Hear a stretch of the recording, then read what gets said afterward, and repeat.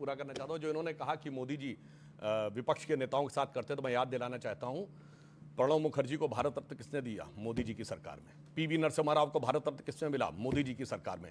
SC जमीर और तरुण गोगोई को पद्म award किसके मिला? मोदी जी की सरकार में। प्रकाश सिंह बादल को कब मिला? मोदी जी की सरकार में।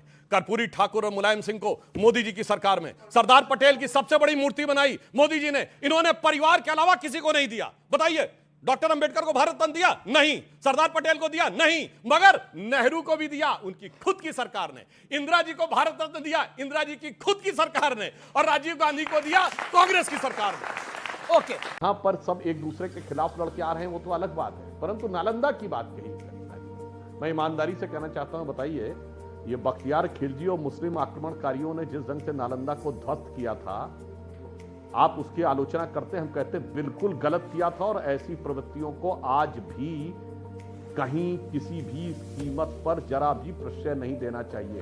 अभी पूछेंगे, देखिएगा, ये लोग लेफ्ट राइट बाएं दाएं इधर उधर होने लगेंगे, मगर मुंह से वो बात नहीं निकलेगी। और ये मैं हवा में नहीं बोल रहा हूं, डॉक्टर अंबेडकर ने अपनी किताब अंबेडकर राइटिंग्स एंड स्पीचेस जो 1987 में जवाब ले लेते हैं सरकार के द्वारा, उसके बाद 2014 में भारत सरकार के द्वारा, उसमें इसका बाकायदा वर्णन है कैसे बौद्ध भिक्षुओं को कंचना यादव रिस्पॉन्ड देना। ओके, हमारे देश के चाहे वो सोमनाथ मंदिर रहा हो, चाहे नालंदा विश्वविद्यालय रहा हो, चाहे कोई भी रहा हो, हमारे देश का एक छोटा सा हिस्सा रहा हो, एक सुई का नुकीला हिस्सा होता, उतना भी रहा हो, अगर कोई आक्रमण करता है और उसको लूटता है तो हम उसको कंडेम करते हैं। अरे यहाँ तो हम सार्वजनिक बात करें, आप तो बाबा साहब अम्बेडकर को कोट कर दिए, लेकिन हम तो यहाँ पर बात क्रेडिट की कह रहे थे। क्यों हमेशा कैंची लेकर लाल फीता काटने आप लोग पहुंच जाते हो, जिसमें आप लोग का योगदान नहीं होता है? नालंदा पहुंच गए और क्या बोल रहे हैं यहाँ नालंदा? तो आपकी राय में नालंदा का काम किसने करा था? लालू यादव जी ने करा आपकी राय में? नालंदा के लिए काम लालू यादव जी ने किया आपकी राय में? मैं गिरा होया बंदा जमा नीच बल्ली है। जो अपने को चाणक्य बनने की बात कह रहे हैं, कंचना जी, आपको ध्यान नहीं है, कांग्रेस के नेता प्रतिपक्ष अधीर रंजन चौधरी जी ने बंगाल में बोला है, there is no democracy in Bengal.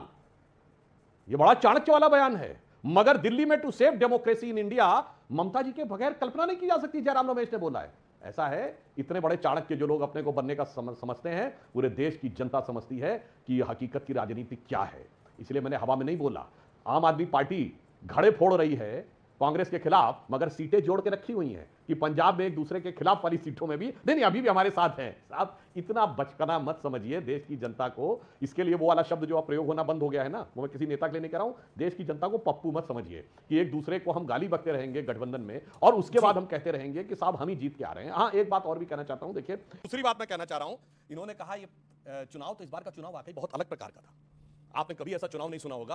कोई चुनाव बता दीजिएगा जिसमें विदेश में बैठे हुए किसी धन कुबेर ने कहा हो, जॉर्ज सोरेस ने, कि मैंने $1 बिलियन रखा है मोदी की सरकार हटाने के लिए। मैं चुनौती से कहता हूं, इससे पहले आपने कोई चुनाव नहीं सुना होगा कि कांग्रेस का कोई नेता विदेश के अखबार में आर्टिकल लिखे। डेली स्टार बांग्लादेश का अखबार शशि थरूर आर्टिकल लिखते, मोदी हैज टू गो। कोई ऐसा उदाहरण बताइएगा, कोई ऐसा उदाहरण बताइएगा जब पाकिस्तान के मंत्री स्तर के व्यक्ति ने एक नहीं, दो, 3 बयान दिए हो, और उसका बयान फवाद चौधरी का क्या था? बीजेपी हारनी चाहिए, मोदी हटना चाहिए, उसके बाद जो मर्जी हो कर लेंगे। इन टोटो वही। इससे पहले कभी बताइएगा, विदेश में छपी खबर की बात नहीं कर रहा हूं, रूस के विदेश मंत्रालय ने ऑफिशियल बयान दिया कि भारत के चुनाव को विदेशी शक्तियों के द्वारा प्रभावित करने का प्रयास किया जा रहा है। और ऐसी जुगलबंदी तो अंदर और बाहर से नजर ही नहीं आई कि जो बात ये कह रहे थे वही बात बाहर कही जा रही थी। इसलिए इस चुनाव को बहुत सहजता से लेना इतना आसान नहीं है। और आपकी गठबंधन ने कहा हिंदू धर्म का समूल नाश होना चाहिए, इरेडिकेशन ऑफ सनातन धर्म का। सुनिए, ये डीएमके ने कहा और आपके इंडी गठबंधन में शामिल थे। और सुनिए, आपकी पार्टी के लोगों ने रामचरितमानस फाड़ी।